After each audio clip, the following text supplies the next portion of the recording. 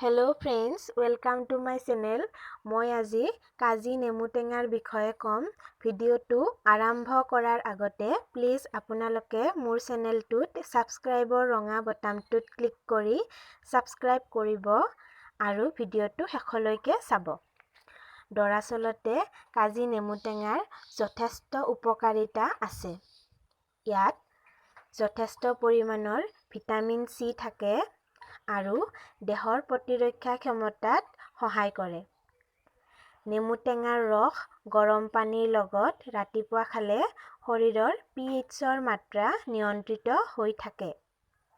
নেমু টেঙাই আমাৰ শৰীৰৰ হজম শক্তি বঢ়ায়। নেমু টেঙাই স্কিন প্ৰব্লেম যেনে ডাৰ্ক স্পট, ৰিংকলছ এইবিলাক নোহোৱা কৰাত সহায় কৰে। নেমু টেঙাৰ ৰসে লিভাৰ চাফা কৰাত বহুত সহায় কৰে।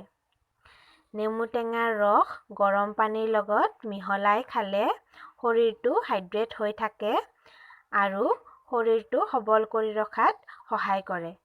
আজিলৈকে এইখিনিয়ে। যদি আপোনালোকে মোৰ ভিডিঅ'টো ভাল পাইছে তেনেহ'লে প্লিজ লাইক, শ্বেয়াৰ আৰু সাবস্ক্ৰাইব কৰিবলৈ নাপাহৰিব দেই। Thank U.